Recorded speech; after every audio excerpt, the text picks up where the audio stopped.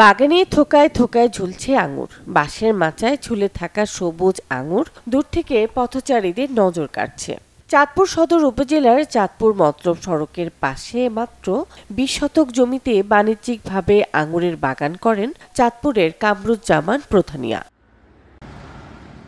কামরুজ্জামান জানান, এখন পর্যন্ত তার সংগ্রহে রয়েছে ১৮ দেশের ৮৫টি জাতের আঙুর গাছ। নগদ পেমেন্টে ৫০০ টাকা পর্যন্ত ক্যাশব্যাক আর লেনদেনে প্রতিদিন ডিপ ফ্রিজ এবং ঘন্টায় ঘন্টায় এসি টিভি সহ দারুণ সব গিফট। এবার ১২০টি গাছে ফলন এসেছে। শুরুতে তার খরচ হয়েছিল ২ লাখ টাকা। বছরে ২ বার ফলন হয়। এসব আঙুর স্থানীয় বিভিন্ন ব্যবসায়ী ও ব্যক্তির কাছে বিক্রি করেন তিনি, যা থেকে লাখ টাকা আয় করেন তিনি। গাছে খুব ভালো ফলন, এগুলা প্রচণ্ড মিষ্টি হচ্ছে।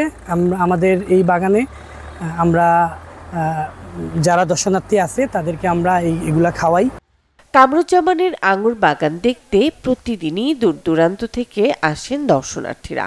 লোক আসে এখান থেকে আঙ্গুর গাছ কিনে নিয়ে তারাও আস্তে আস্তে করতেছে। আনন্দ লাগছে, মজা লাগছে যে আমাদের দেশে এরকম একটা প্রজেক্ট চাষ করছে এবং খুব সুস্বাদ, কেমিক্যাল মুক্ত।